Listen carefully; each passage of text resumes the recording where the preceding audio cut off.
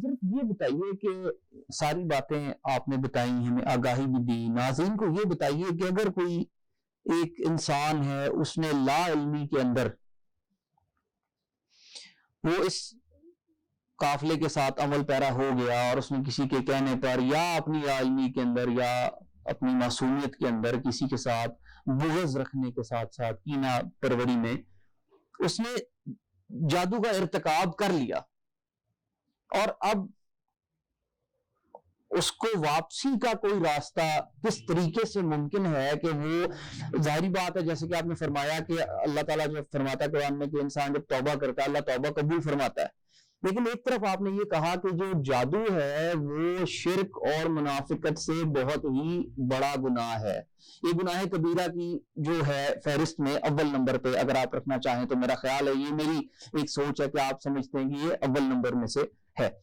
تو ایسی صورت میں ایسے لا علم انسان کا جو کہ لا علمی میں اس عمل کا ارتکاب کر بیٹھا ہے، وہ واپسی اس کے اندر جو ہے دین کی جانب واپسی اور اس سے جو ہے چھٹکارا اور اس سے توبہ کی قبولیت کا معاملہ وہ کس طریقے سے کر سکتا ہے، اس کے اوپر ذرا رہنمائی فرما دیجیے۔ دنیا میں واپسی کا کوئی بھی میدان ہو، واپسی وہاں سے ہو سکتی ہے، آدمی کر سکتا ہے اگر انسان سچی اللہ سے پکی توبہ کر لے، توبہ استغفار کر لے۔ اب اس میں دو چیزیں ہیں، اگر صرف اس کا تعلق اللہ کے ساتھ گناہ کا ہو تو پھر آپ اللہ سے معافی مانگے اور معاملہ آپ کا چھوٹ جائے گا،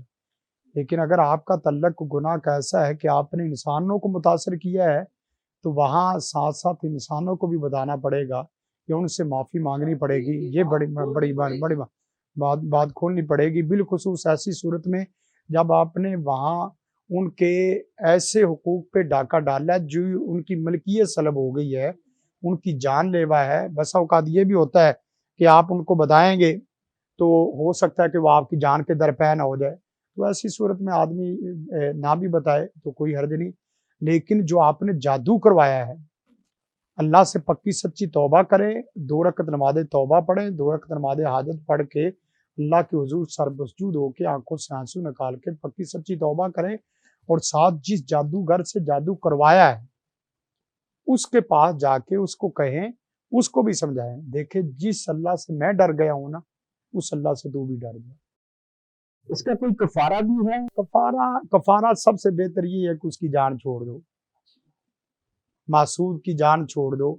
یعنی اس کو تو آپ نے قبر تک پہنچا دیا ہے، آپ نے اس کے جانوروں کو ہنڈیا تک پہنچا دیا ہے، یعنی وہ ذبح تک کرنے تک آ گیا ہے، تو اس کا طریقہ یہ ہے کہ آپ جس وقت تک جادو کی توڑ نہیں کریں گے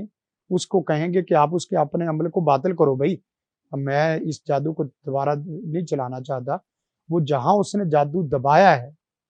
یا جادو لٹکایا ہے یا جادو رکھا ہے یا جادو لیپ کیا ہوا ہے یا جادو کھلایا پلایا ہے یا جادو لمس کیا ہے، مس کیا ہے، اس کو ختم کرنا پڑے گا۔ حقوق اللہ کی معافی تو اس نے توبہ کر کے مانگ لی، لیکن حقوق العباد کے متعلق جو ہے احکامات بڑے سخت اور بڑی جو وعید ہے وہ بڑی سخت پائی جاتی ہے۔ ایسی صورت میں حقوق العباد کو مد نظر رکھتے ہوئے کیا یہ چیز لازم و ملزوم نہیں ہے کہ وہ جا کر وہ اس شخص سے معافی مانگے جس کو اس نے نقصان پہنچایا ہے؟ ایک طرف آپ نے فرمایا کہ اگر وہ نہیں بھی بتاتا مصلحتاً تو اس کی معافی قبول ہو سکتی ہے، تو پھر یہ ایک جو ہے حقوق العباد اور حقوق اللہ کے بیچ میں جو احکامات جو اللہ تعالیٰ نے فرمائے ہیں اس کے متعلق کوئی اس میں کوئی پیچیدگی تو پیدا نہیں؟ دیکھیں وہ میں نے اس لیے آپ کو بتایا کہ بسا اوقات یہ ہے کہ آدمی کسی کے اوپر اس طرح کا الزام لگا دے اور مجلس میں وہ بدنام زمانہ ہو جائے، تو ایسی صورت میں وہ پوری مجلس کے سامنے اقرار کرے کہ میں نے اس کے اوپر جو کام کیا ہے نا وہ غلط کیا ہے، اس کی تلافی کرنی چاہیے۔ اسی طرح کسی کی چیز ہتھیائی ہے یا کوئی چیز جادو کے ذریعے اس نے چوری کروا لی یا جادو کے ذریعے کوئی چیز سلب کی ہے، تو لازمی بات ہے کہ وہ جس وقت تک اس کو واپس نہیں کرے گا، مثلا 2 آپس میں کاروبار کر رہے ہیں، بزنس کر رہے ہیں، ایک آدمی کو جادو کے ذریعے پاگل کر کے اپنی فیکٹری میں ملکیت بنا لی ہے، تو بھائی اس کو صرف معافی مانگنے سے نہیں، اس کو کہنا پڑے گا کہ یہ مال بھی تیرا ہے، اور اگر تو اس نے میں نے آپ کو بتایا نا کہ جادو دبایا کھلایا ہے یا جادو کسی جگہ پڑا ہوا ہے، اس نے اس سے معافی تو مانگ لی لیکن جادو نے تو اس کی جان نہیں نہ چھوڑی، ابھی تک جادو تو چل رہا ہے،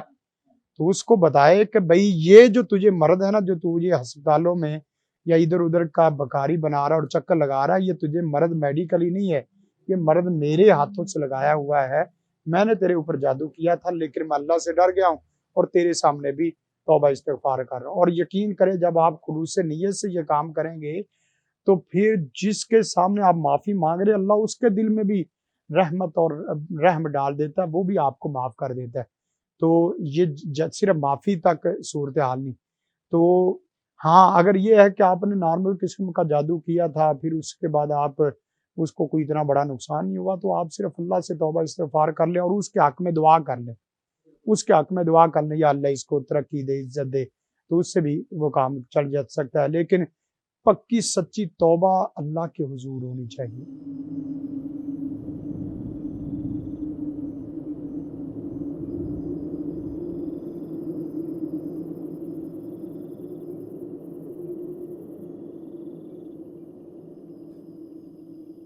زندگی شعور سے. الحکمہ انٹرنیشنل.